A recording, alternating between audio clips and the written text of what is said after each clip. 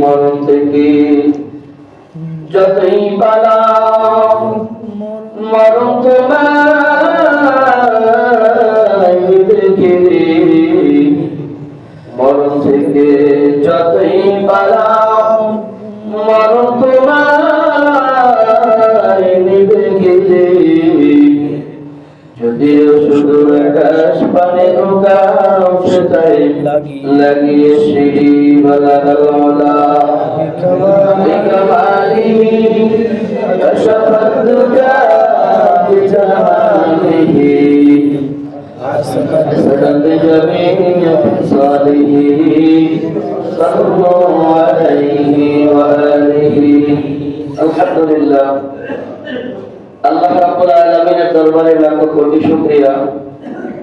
আল্লাহ রাব্বুল আলামিন আপনাকে আমাকে সুস্থতার সাথে হায়াতের জিন্দেগির মধ্যে বরকত দান করেন। দীর্ঘ 80 বছর পরে রমজান মাসের প্রথম জুমায় উপস্থিত হওয়ার তৌফিক আল্লাহ দান করলেন। এজন্য শুকরিয়া আদায় করে সকলেই জোরে সোরে বলি আলহামদুলিল্লাহ। রমজান মাস বছরের 12 মাসের মধ্যে শ্রেষ্ঠতম মাস। এই মাস হলো বাকি 11 মাসের চেয়ে শ্রেষ্ঠতম একটি মাস রমজান মাস।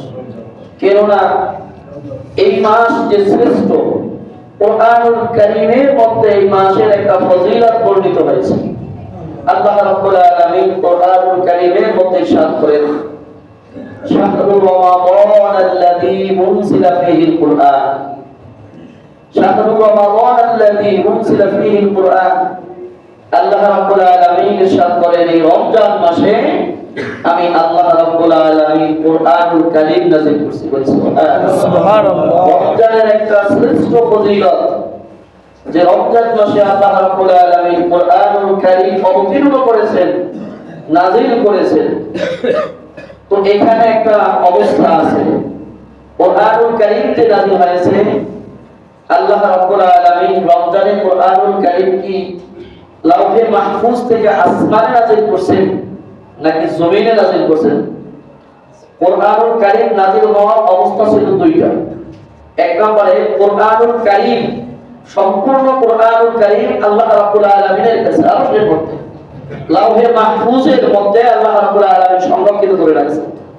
সেখানে আল্লাহ তাআলা সংরক্ষিত করেছেন কোথায়? লাউহে মাহফুজে, সপ্তম আসমানের উপরে।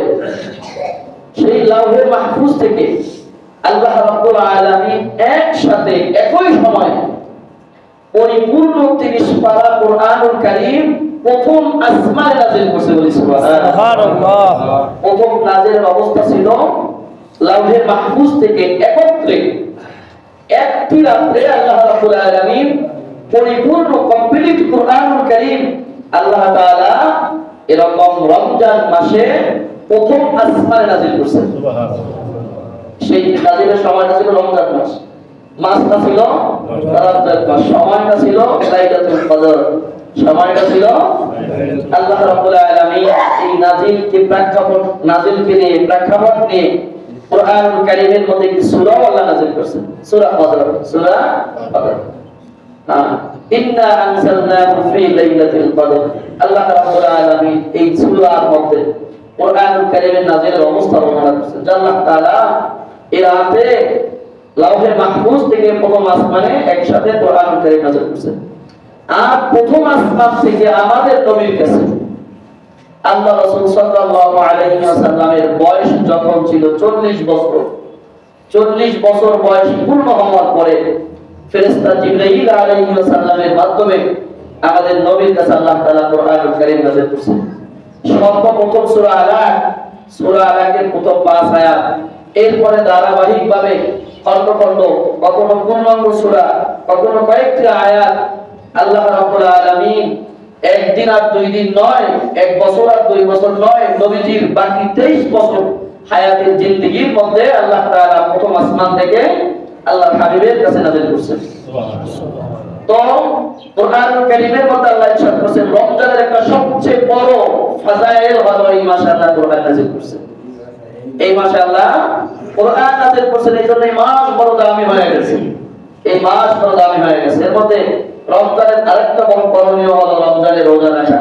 রমজানের রোজা রাখা। আমরা রোজা সম্পর্কে অবগত আছি, তারপরেও বলি রোজা আসলে কি, এর অর্থ রোজা।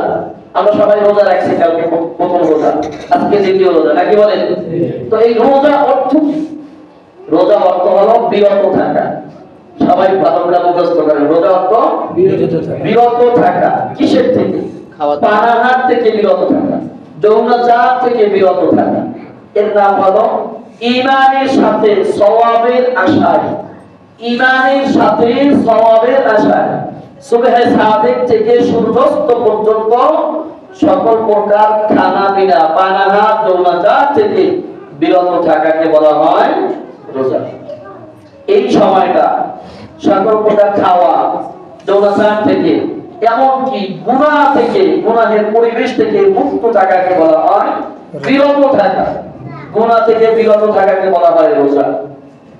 আসেন এরপরে ইসলামের স্তম্ভ পাঁচটা। ইসলামের স্তম্ভ পাঁচটি, নাকি বলেন? আমরা সবাই ছোটবেলায় মুখস্থ করছি। যখন আপনারা বক্তব্যে গেছেন, আপনাদের বক্তব্যের হুজুর আপনারা এইটা মুখস্থ করেছেন। ইসলামের বেনা পাঁচটি। বেনা, স্তম্ভ, খুঁটি পাঁচটি। পাঁচটি খুঁটির উপরে পূর্ণাঙ্গ ইসলাম। বুনিয়াল ইসলামু আলা খামসিন শাহাদাতু আল্লা ইলাহা ইল্লাল্লাহ ওয়া আন্না মুহাম্মাদার রাসূলুল্লাহ ওয়া আকামাস সালাহ ওয়া আতাজ যাকাত ওয়াল হজ্জ ওয়াস সাওমু রমাদান। আল্লাহ রাসূল সাল্লাল্লাহু আলাইহি ওয়াসাল্লাম বলেন, ইসলামের স্তম্ভ হলো পাঁচটি, ইসলামের খুঁটি হলো পাঁচটি। এই পাঁচটি খুঁটির উপরে পরিপূর্ণ ইসলাম রয়েছে। একটি ঘর দাঁড়া করানোর জন্য যেমন কয়েকটি খুঁটি দরকার, মৌলিক কিছু খুঁটি ছাড়া ঘর দাঁড়ানো যায় না, দাঁড়া করানো যায় না। ওই রকম পাঁচটি খুঁটির উপরে পরিপূর্ণ ইসলামটা আছে। এর মধ্যে এক নম্বর খুঁটি হলো শাহাদাতু আল্লা ইলাহা ইল্লাল্লাহ ওয়া আন্না মুহাম্মাদার রাসূলুল্লাহ। ইসলামের এক নম্বর খুঁটি হলো কালেমা সাক্ষ্য দেওয়া আল্লাহ এক, তার কোনো শরীক নাই। আল্লাহ এক, তার কোনো শরীক নাই। হযরত মুহাম্মদ সাল্লাল্লাহু আলাইহি ওয়াসাল্লাম আল্লাহ তাআলার বান্দা এবং রাসূল। এক নম্বর স্তম্ভ। দ্বিতীয় নম্বর ইসলামের স্তম্ভ হলো নামাজ আদায় করা। পাঁচ ওয়াক্ত ফরজ নামাজ হলো ইসলামের দ্বিতীয় স্তম্ভ। এরপরে ইসলামের একটা স্তম্ভ হলো রমজানের রোজা রাখা। ইসলামের একটা স্তম্ভ হলো হজ করা, যাকাত দেওয়া। সম্মানিত মুসল্লিয়ানে কেরাম, এই পাঁচটি স্তম্ভের মধ্যে আবার মৌলিক তিনটি হলো, এক নম্বরে কালেমা সাক্ষ্য দেওয়া, দুই নম্বরে হলো নামাজ আদায় করা, তিন নম্বরে হলো রোজা রাখা। পাঁচটি স্তম্ভ। এর মধ্যে দেখবেন এক নম্বরে কালেমা সাক্ষ্য দেওয়া, ধনী গরিব সকলের জন্য কালেমা সাক্ষ্য দেওয়া। দুই নম্বরে রোজা রাখা, ধনী গরিব কোনো পার্থক্য নাই, সবাই। দুই নম্বরে নামাজ আদায় করা, সবাই নামাজ আদায় করবে। তিন নম্বরে রোজা রাখা, ধনী গরিবের কোনো পার্থক্য নাই, সবার জন্য রোজার বিধান। চার নম্বরে হলো হজ করা, যার উপরে হজ করা ফরজ, ধনীদের উপরে, যার সম্পদ আছে সম্পদ আছে তার জন্য ইয়াম। এরপরে যাকাত দেওয়া, যার সম্পদ আছে সম্পদ আছে তার উপরে যাকাতের বিধান। আমরা ইসলাম পাঁচটি স্তম্ভের উপরে ইসলাম। এই পাঁচটির মধ্যে আবার মৌলিক হলো তিনটি। এই তিনটির মধ্যে একটি হলো রমজানের রোজা। বড় শক্ত, বড় শক্ত বিধান। রমজানের রোজা কত ফাজাইল! আল্লাহু আকবার! আল্লাহ রাব্বুল আলামিন কোরআনুল কারীমের মধ্যে ইরশাদ করেছেন, আমি তোমাদের উপরে রমজানের রোজাকে ফরজ করেছি যেমনি ভাবে তোমাদের পূর্ববর্তীদের উপরেও ফরজ করেছিলাম। কেন করেছিলাম? লাআল্লাকুম তাত্তাকুন, যাতে করে তোমরা মুত্তাকি হতে পারো, পরহেজগার হতে পারো। তোমাদের হৃদয়ের মধ্যে আমি আল্লাহর ভয় তোমাদের হৃদয়ের মধ্যে জায়গা করে নিতে পারে, এই জন্য আমি আল্লাহ তোমাদের উপরে রোজাকে ফরজ করছি। আল্লাহ হাবিব সাল্লাল্লাহু আলাইহি ওয়াসাল্লাম ঘোষণা দেয়, যে ব্যক্তি ঈমানের সাথে সওয়াবের আশায় রমজানের রোজাগুলো পূর্ণ করে, আল্লাহ রাব্বুল আলামিন তার জিন্দেগীর সকল গুনাহগুলো মাফ কইরা দেয়। সুবহানাল্লাহ। শুধু এখানেই শেষ না, রোজাদার ব্যক্তি আল্লাহু আকবার আল্লাহ তাআলার কাছে কেমন প্রিয় হয়ে যায়। কোন রোজাদার ব্যক্তি সুবহে সাদেকের আগে ওই সাহরি খাওয়ার সময় খানা খাইলো, সারাদিন আর খায় নাই, আর সন্ধ্যাবেলা ইফতার করে, সারাদিন না খাওয়ার কারণে মুখের মধ্যে একটা না খাওয়ার গন্ধ হতে পারে, একটা গন্ধ তৈরি হয়। আল্লাহ হাবিব সাল্লাল্লাহু আলাইহি ওয়াসাল্লাম ঘোষণা দিয়েছেন, রোজাদারের ওই মুখের গন্ধটা, না খাওয়ার ওই গন্ধটা আল্লাহ রাব্বুল আলামিনের কাছে মিশক আম্বরের চেয়েও প্রিয়। এরপরে রোজাদারের উপর আল্লাহ কেমন খুশি, আল্লাহ হাবিব সাল্লাল্লাহু আলাইহি ওয়াসাল্লাম ঘোষণা দেয়, একজন রোজাদারের জন্য দুইটা আনন্দের মুহূর্ত রয়েছে। একজন রোজাদারের জন্য দুইটা আনন্দের মুহূর্ত রয়েছে। এই দুইটা আনন্দের মুহূর্তের একটা হলো, রোজাদার যখন ইফতারের সামনে নিয়ে বসে ইফতার করে, ইফতারি করার পূর্ব মুহূর্তের সময়টা রোজাদারের জন্য বড় আনন্দের। কেমন আনন্দের, রোজাদার যখন তার সামনে ইফতারি নেয়, ইফতারির মধ্যে, ইফতারের প্লেটের মধ্যে হাত থাকে, হাত দিয়ে ইফতারি গুলো নাড়তেছে, আর জবানের মধ্যে দোয়া দরুদ পড়তেছে, তাসবিহ পড়তেছে, জবানের মধ্যে আল্লাহর পবিত্রতার ঘোষণা দিতেছে, হাতের মধ্যে হাত দিয়ে ইফতার নাড়তেছে। এখনো সময় হয় নাই, এখনো ইফতারের সময় হয় নাই, জন্য খানা খাইতেছে না, পেটের মধ্যে বড় ক্ষুধা, সামনে তার খানা হাজির, কিন্তু ক্ষুধার জন্য সে খানা খাচ্ছে না। পিপাসায় গলা কণ্ঠনালী একেবারে শুকিয়ে গেছে, কিন্তু সামনে কত চমৎকার, তার জন্য শরবত রেডি করা, আল্লাহর হুকুম হয় না, এই জন্য খায় না। এই দৃশ্যটা আমার মালিকের কাছে এত পছন্দের হয়, আল্লাহ রাব্বুল আলামিন তখন ফেরেশতাদেরকে ডেকে বলেন, ও আমার ফেরেশতারা, যেদিন আমি মানুষ বানানোর জন্য তোমাদের পরামর্শ চেয়েছিলাম, তোমাদের সাথে যেদিন আমি পরামর্শ করেছিলাম, তোমরা আমাকে পরামর্শ দিয়েছো রব্বুল আলামিন, তুমি এমন কাদেরকে বানাবা যারা দুনিয়ার মধ্যে মারামারি, কাটাকাটি, হানাহানি করবে, তোমাকে ভুলে যাবে, তোমার গোলামি করবে না, তোমার হুকুম পালন করবে না। ও ফেরেশতারা, তোমরা আমাকে পরামর্শ দিয়েছিলা, তোমাদের পরামর্শের জবাবে আমি আল্লাহ বলেছিলাম, ইন্নী আ'লামু মা লা তা'লামুন, ফেরেশতারা, আমি আল্লাহ যা জানি তোমরা তা জানো না। ও ফেরেশতারা, দেখো আমার বান্দারা আজ রোজার অবস্থায় সারাদিনের ক্লান্ত শরীর নিয়ে কণ্ঠনালীটা শুকিয়ে রয়েছে, কলিজাটা শুকিয়ে রয়েছে, পেটের মধ্যে বড় ক্ষুধার্ত, পেট বড় ক্ষুধা, অথচ খাবার সামনে নিয়ে নাড়াচাড়া করে, খায় না। কেন খায় না? ফেরেশতারা উত্তর দেয়, রব্বুল আলামিন তোমার ভয়ে খায় না। আল্লাহ রাব্বুল আলামিন ফেরেশতাদেরকে বলে, ফেরেশতারা রে, আমার এই বান্দারা আমাকে দেখছে কিনা? কয় না, মালিক তোমাকে দেখে নাই।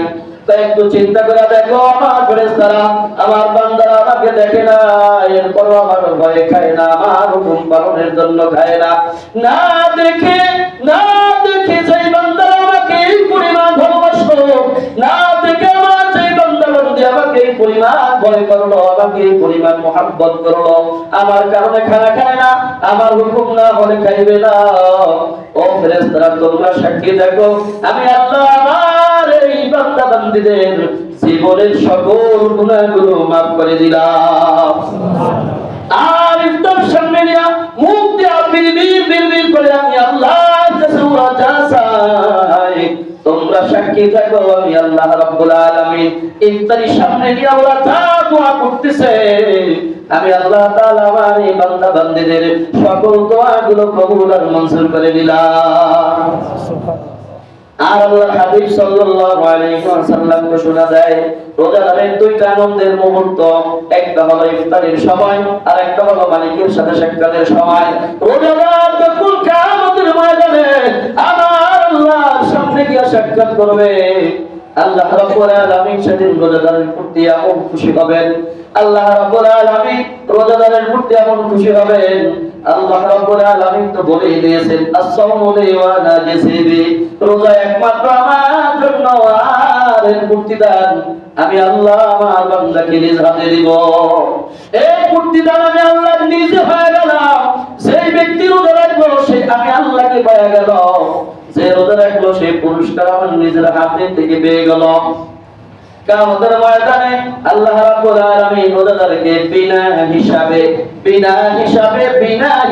সম্মানের সাথে ফেরেশতাদের দল সামনে দিয়া দেবে, পেছনে দিয়া দেবে।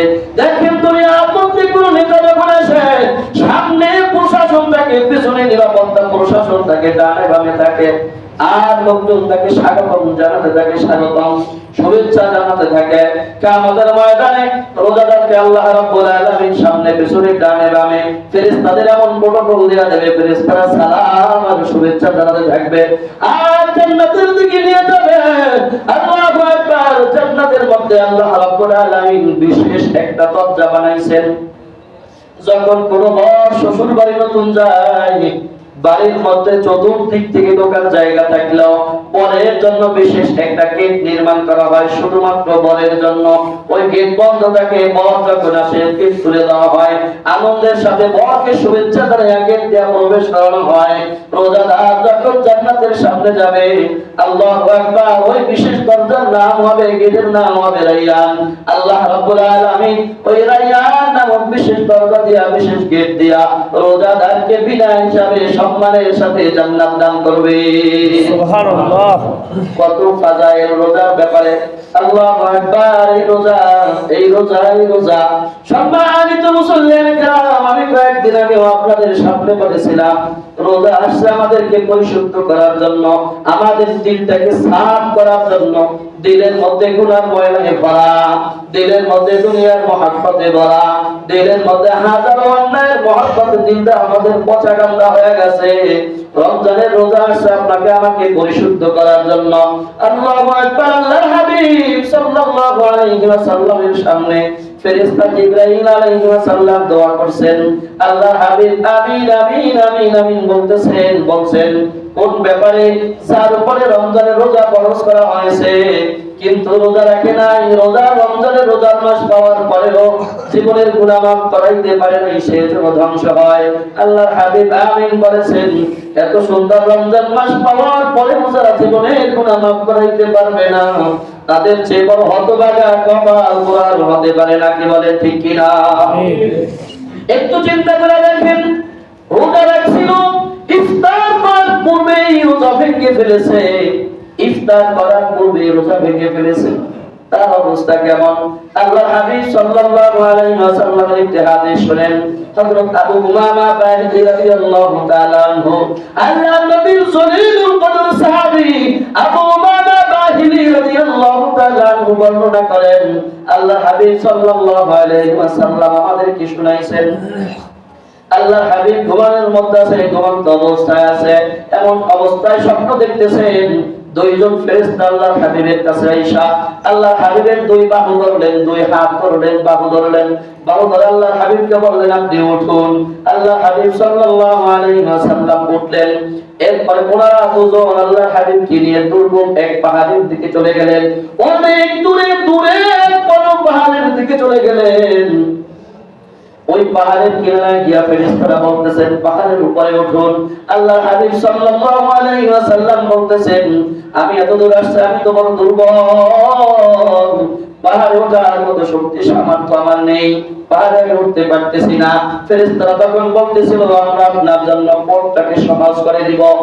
এরপরে দুজন ফেরেশতা আল্লাহর হাবিব সাল্লাল্লাহু আলাইহি ওয়াসাল্লামকে ধরে পাহাড়ের উপরে যখন চূড়ায় যখন গেলেন, আল্লাহর হাবিব সাল্লাল্লাহু আলাইহি ওয়াসাল্লাম বলতেছেন পাহাড়ের চূড়ার মধ্যে ওঠার পরে আমি এমন কান্নার শব্দ পাইতেছি, এমন চিৎকার শব্দ পাইতেছি, এমন চিৎকারের শব্দ পাইতেছি। এই অবস্থায় আমি ফেরেশতাদেরকে জিজ্ঞেস করলাম এই কিসের শব্দ, কোথা থেকে এমন বিভৎস কান্নার শব্দ আসতেছে?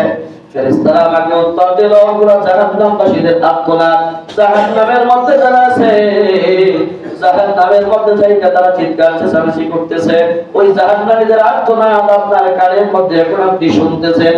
আল্লাহর হাবিব সাল্লাল্লাহু আলাইহি ওয়াসাল্লাম বলেন, এরপর ওরা আমাকে ধরে নিয়ে একটু সামনে গেল। আমি তাকায় দেখতেছি একটা লোক, তাদের এমন বিভৎস অবস্থা আমার চোখের সামনে উপস্থাপন করা হলো। তাদের পায়ের মধ্যে, পায়ের গোড়ালির যে শাল আছে, রোগ আছে, মোটা রোগ আছে, আমরা আমাদের গ্রামের ভাষায় বলে থাকি পায়ের শালওয়াগ। ওই শালওয়াগের মধ্যে জাহান্নামের লোহা, জাহান্নামের আগুনের শিকল লাগায়া, ওই পায়ের শালওয়াগের মধ্যে আগুনের শিকল লাগায়া তাকে উপরমুখী করে ঝুলাইয়া রাখা হয়েছে। পাগুলো উপরের দিকে দিয়ে উল্টোমুখী করে ঝুলাইয়া রাখা হয়েছে। পাগুলো উপরের দিকে আর মাথাগুলো নিচের দিকে, এমন অবস্থায় ঝুলাইয়া রাখছে। আর তারা চিৎকার করতেছে। এই অবস্থা আল্লাহর হাবিব সাল্লাল্লাহু আলাইহি ওয়াসাল্লাম বলতেছেন, আমি তাকে দেখলাম এই ঝুলে থাকার কারণে, চিৎকার করার কারণে তাদের এরকম তাদের গালগুলো ছিঁড়ে গেছে, তাদের ঠোঁটগুলো ছিঁড়ে গেছে, গালগুলো বেয়ে বেয়ে রক্ত জমিনের মধ্যে পড়তেছে।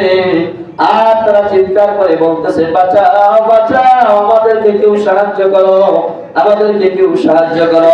আল্লাহর হাবিব সাল্লাল্লাহু আলাইহি ওয়াসাল্লাম বলেন, এই বিভৎস অবস্থা দেখার পরে আমি ফেরেশতাদের কাছে জিজ্ঞেস করলাম, ও ফেরেশতারা এরা কারা?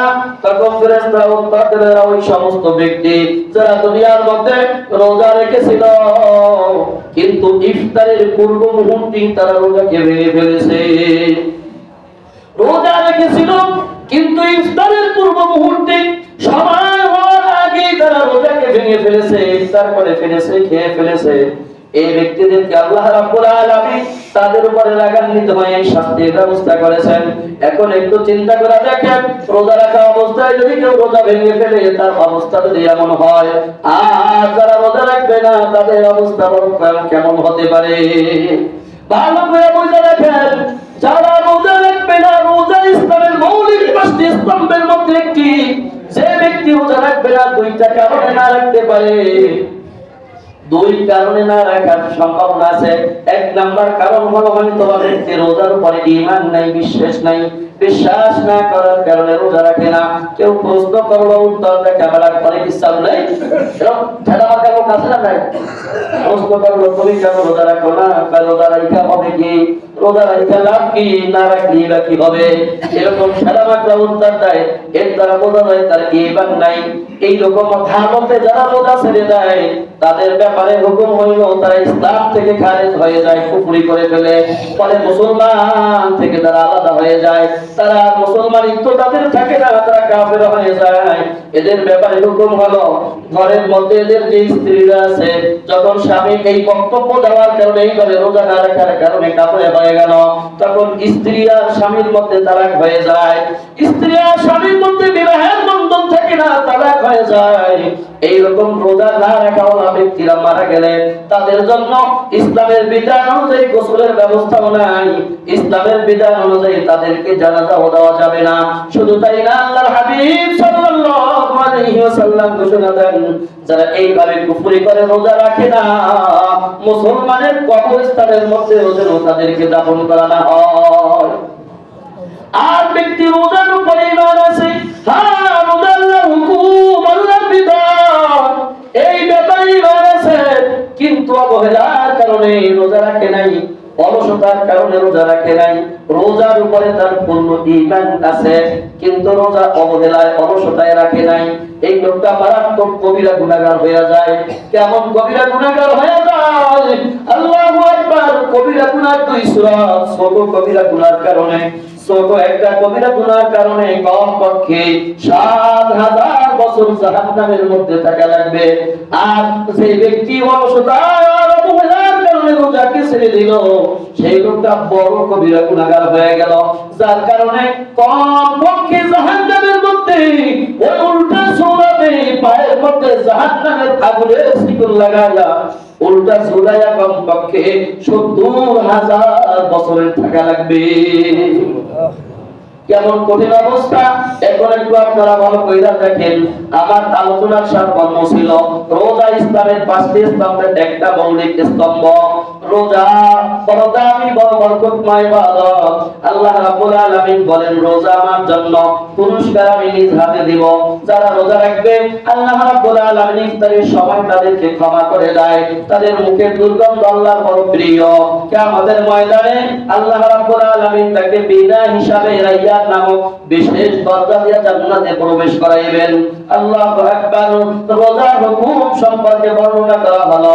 আর যারা রোজা রাখা অবস্থায় রোজা ছেড়ে দেবে, ইফতারের আগে ভেঙে ফেলবে, তাদের শাস্তি আপনারা অবলোকন করছেন, আপনারা শুনছেন। আল্লাহ হাবিব সাল্লাল্লাহু আলাইহি ওয়াসাল্লাম অবলোকন করছেন। আর যারা রোজা রাখবে না, দুই কারণে, এক বিশ্বাসের অবিশ্বাসের কারণে রোজা রাখবে না, তারা কুফরি হয়ে যাবে, কাফের হয়ে যাবে। মুসলমানের সাথে, ঘরের ছেলে মেয়ের সাথে, স্ত্রীর সাথে আর সম্পর্ক থাকতে পারে না। বরং মারা গেলেও তার জন্য জানাজায় গোসল নাই, দাফন নাই। আর মুসলমানের কবরস্থানেও তাকে দাফন করানো যাবে না। আর রোজা রাখা অলসতা, অবহেলার কারণে যারা রোজা রাখবে না, সবচেয়ে বড় কবিরা গুনাহগার হয়ে যাবে। কেমন কবিরা গুনাহগার হয়ে যাবে? হাজার হাজার বছর যার জন্য জাহান্নামের আগুনের মধ্যে জ্বলা লাগবে। রোজা কত গুরুত্বপূর্ণ। রমজানের একটা রোজা যদি কেউ ছেড়ে দেয়, একটা রোজা যদি কেউ ছেড়ে দিয়া তার বাকি জিন্দেগীর সারা জিন্দেগী রোজা রাখে, শুধু এখানেই শেষ না। ব্যক্তি যদি সিজদায় পড়ে আল্লাহর কাছে কয়, রব্বুল আলামিন তুমি আমাকে কিয়ামত পর্যন্ত হায়াত দিয়া দাও, আর আল্লাহ যদি তাকে কিয়ামত পর্যন্ত হায়াত দিয়া দেয়, আর ব্যক্তি যদি কিয়ামত পর্যন্ত রোজা রাখে, কিয়ামত পর্যন্ত রোজা রাখার দ্বারা রমজানের একটা রোজা সমকক্ষ হবে না। আল্লাহ রাব্বুল আলামিন আজকের আলোচনার বিষয়গুলো আমাকে সহ আমাদের সবাইকে আমল করার তৌফিক দান করুন। আমিন।